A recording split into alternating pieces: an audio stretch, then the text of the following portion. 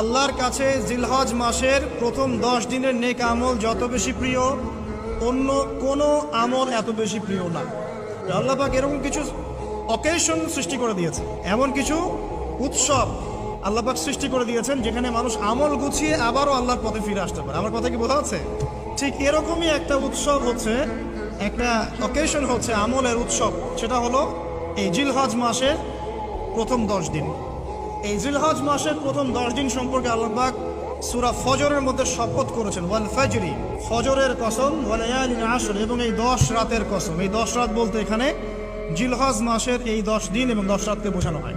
এর ফজিলত সম্পর্কে নবী সাল্লাল্লাহু আলাইহি ওয়াসাল্লাম একটা হাদিসে বলছেন, ইবনে আব্বাস রাদিয়াল্লাহু আনহুমা থেকে বর্ণিত, নবী করিম সাল্লাল্লাহু আলাইহি ওয়াসাল্লাম বলেছেন যে মা মিন আইয়ামিন আমালু সালিহু ফীহিন্না আহাব্বু ইলাল্লাহ মিন হাযিহিল আইয়ামিল আশরা।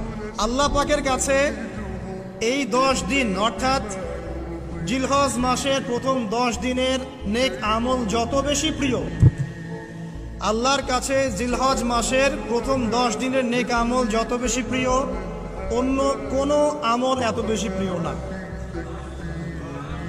অন্য কোনো আমল, এটা বুঝতে গিয়ে সাহাবায়ে কেরাম প্রশ্ন করছেন, ক্বালু, তারা বলছেন, ইয়া রাসূলুল্লাহ, হে আল্লাহর রাসূল, বলুন সাল্লাল্লাহু আলাইহি ওয়াসাল্লাম, ওয়ালাল জিহাদু ফি সাবিলিল্লাহ, আল্লাহর পথের জিহাদও কি নয়? আমরা তো জানি ইসলামের সর্বোচ্চ চূড়া হচ্ছে আল্লাহর পথের জিহাদ। তো নবী সাল্লাল্লাহু আলাইহি ওয়াসাল্লাম বলছেন, ওয়ালাল জিহাদু ফি সাবিলিল্লাহ, আল্লাহর পথের জিহাদও নয়,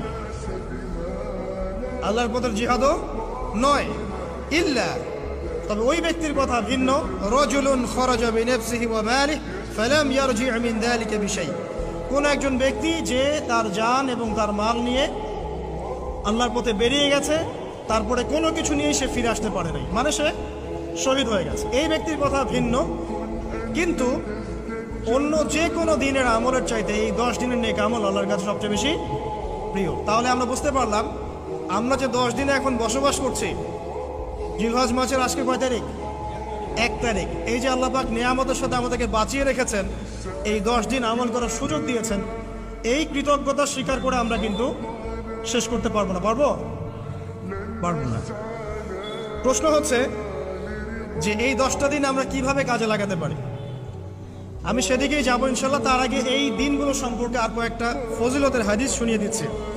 তিরমিজি, ইবনে মাজাহ, মিশকাতের 128 পৃষ্ঠায় একটা হাদিস এসেছে, আবু হুরায়রা রাদিয়াল্লাহু আনহু থেকে বর্ণিত, নবী করিম সাল্লাল্লাহু আলাইহি ওয়াসাল্লাম বলেছেন যে দিন সমূহের মধ্যে এমন কোনো দিন নাই, আল্লাহর দিনগুলোর মধ্যে এমন কোনো দিন নাই যেদিন ইবাদত করা আল্লাহর কাছে জিলহজের 10 দিনের ইবাদতের চেয়ে বেশি প্রিয়। কথা বুঝতে পারছেন? এরপরে নবী সাল্লাল্লাহু আলাইহি ওয়াসাল্লাম বলছেন, ইয়াদুলু সিয়ামু কুল্লি সিয়ামিন মিনহা বিসিয়ামি সানাতিন, এই 10 দিনের একটা সিয়াম বা একটা রোজা 1 বছর রোজা রাখার সমান। এই 10 দিনের একটা রোজা 1 বছর রোজা রাখার সমান।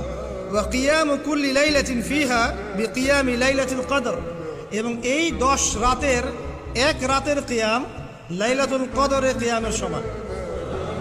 আর আমরা জানি লাইলাতুল কদর সম্পর্কে আল্লাহ পাক কি বলেছেন, লাইলাতুল কদরি খায়রুম মিন আলফি শাহর, 1000 মাসের ইবাদতের চেয়ে উত্তম। তাহলে আমরা বুঝতে পারছি যে এই 10 দিন 10 রাত কি আমল করতে হবে, এই হাদিসটা বলে দিচ্ছে, সিয়াম এবং কিয়াম। 10টা সিয়াম না পড়েন, অ্যাটলিস্ট 3টা সিয়াম পড়া যাবে ইনশাআল্লাহ। পড়া যাবে না? একটা সোমবার পাবো সামনে আমরা, ওটা রাখা যাবে ইনশাআল্লাহ। একটা বৃহস্পতিবার পাবেন, সেটাও রাখা যাবে ইনশাআল্লাহ। আর আরাফার সিয়াম পাবেন ইনশাআল্লাহ। আরাফার সিয়াম রাখলে আগের 1 বছর, পরের 1 বছর, 2 বছরের গুনাহ মাফ হয়ে যাবে ইনশাআল্লাহ আযজা ওয়া জাল। আর কিয়াম সম্পর্কে আমি সামনে বলছি ইনশাআল্লাহ তাআলা।